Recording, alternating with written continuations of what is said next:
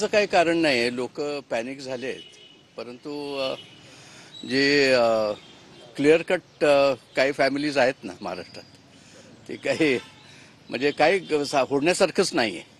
तर लोकांनी आश्वस्त राहावं की याच्यातून काही निष्पन्न होणार नाही.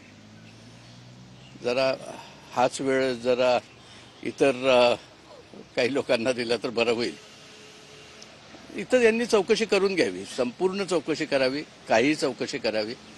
प्रत्येक गोष्टीचं उत्तर या ठिकाणी आहे. प्रत्येक गोष्टीचा हिशोब या ठिकाणी दिला जातो.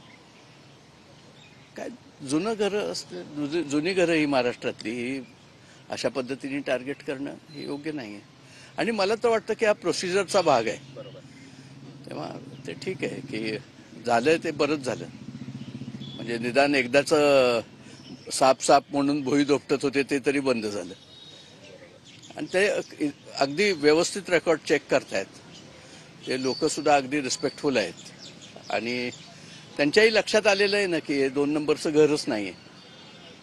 संजीवरायांच्या जवळ प्रत्येक गोष्टीचं उत्तर आहे किंवा source of income. Income tax म्हणजे नेमकं काय आहे की सोर्स ऑफ इन्कम तुमचा आहे की नाही आणि तुमचं म्हणजे तो मॅच होतो की नाही. कुठं अडचणच नाही आहे ना कोणाचीच.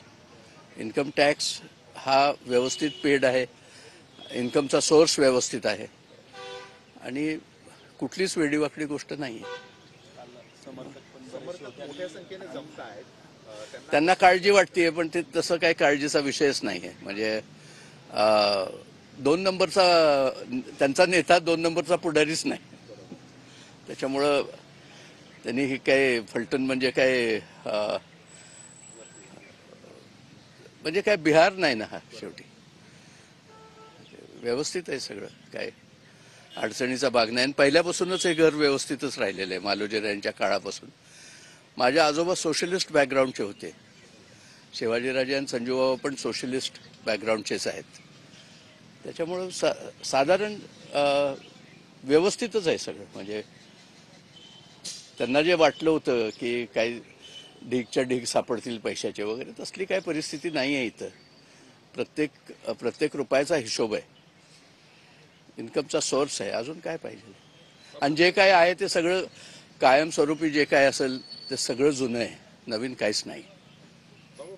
एकूणच एक वेगळी चर्चा सुद्धा कार्यकर्त्यांमध्ये आहे की हे दबाव टाकल्याचं कुटुंबियांवर, निंबाळकर कुटुंबियांवर दबाव टाकण्यासाठी हे सगळं चाललंय. टिप्पणी केली यामध्ये गोरेंचं पण, जयकुमार गोरेंनी पण काही काल काहीतरी असणार आहे त्यामुळे. I don't think so. मला वाटत नाही असलं काही आहे म्हणून. परंतु असंही जरी असलं तरी काय सापडणार आहे.